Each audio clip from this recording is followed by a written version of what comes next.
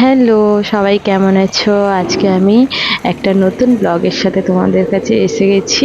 আজকের ব্লগটা আজকের না, আজকের থেকে এরপরে যে কটা ব্লগ আসবে সবটাই খুব খুব স্পেশাল আমার কাছে, আর আমি চাইবো তোমাদের কাছেও যেন স্পেশাল হয়। আর দেখো আমরা ট্রেনে উঠে গেছি, নিউ ফারাক্কা জংশন পার করলাম। নিউ ফারাক্কা জংশন হচ্ছে আমার মামার বাড়ি। হ্যাঁ, তার জন্য এটা একটু বেশি করে এখানকার ক্লিপটা নিলাম। মামারা তোমরাও দেখো কিন্তু এই সময় তোমরা সবাই হয়তো ভোর, এটা হচ্ছে 4টে 4:30 নাগাদ, সবাই ঘুমাচ্ছিল, তাই আর কাউকে ডিস্টার্ব করিনি, ভিডিও ক্লিপটা নিয়ে রেখেছি। তো হ্যাঁ, তোমাদেরকে এবার বলি আমরা কোথায় যাচ্ছি। আমরা যাচ্ছি হচ্ছে সিকিম।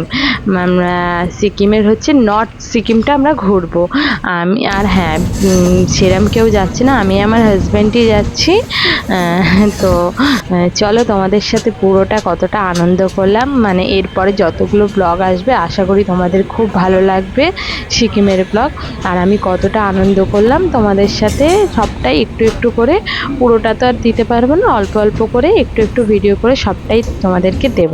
তো আমাদের রাতে ট্রেন ছিল, রাত্রির 10:30টায় আমাদের, ওই 10:30 না 10টায় ছিল, দার্জিলিং মেল ছিল। তো আমরা দার্জিলিং মেলে ভোর সকালবেলা জলপাইগুড়িতে নেমে গেছি। এই যে জলপাইগুড়ি স্টেশনে নেমে গেছি, নেমে এখন আমরা যাচ্ছি। ভীষণ বিধ্বস্ত লাগছে, সারা রাত ট্রেনে ট্রাভেল করেছি, তা একটু তো তার জন্য নিজেকে টায়ার্ড ফিল হয়। যতই হোক আমাদের বাড়ি, আর আমাদের বাড়ির রাতের ঘুম আর যে কোনো জায়গায় বাইরের ঘুম একটু তো প্রবলেম হয়। তো যাই হোক, আমরা জলপাইগুড়ি স্টেশনে নেমে গেছি। নেমে গিয়ে এখন আমরা এখান থেকে শেয়ার গাড়ি করে, দেখো পেছনে জলপাইগুড়ি স্টেশন লেখা, তাই দেখাচ্ছিলাম। আর তোমাদেরকে একবার পুরোটা ঘুরে দেখালাম।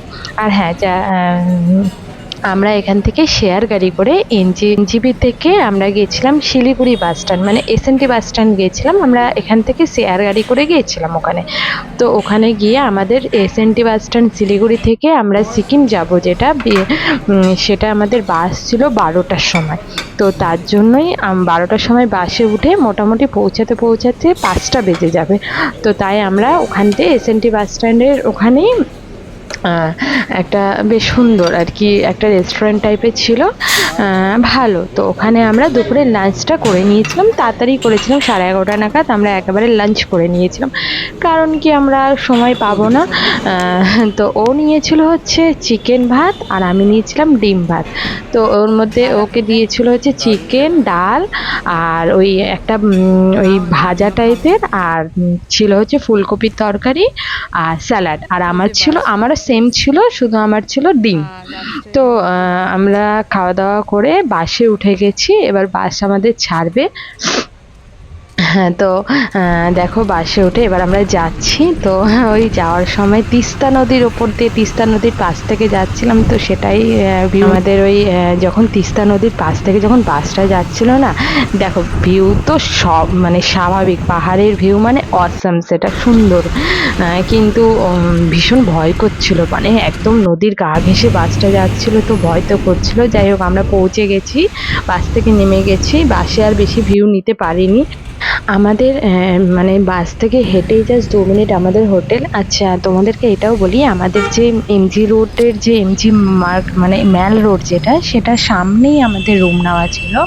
মানে ম্যাল রোড থেকে জাস্ট হেঁটে 1 মিনিট কি 1.5 মিনিট আমাদের রুম নেওয়া ছিল একদম সামনে।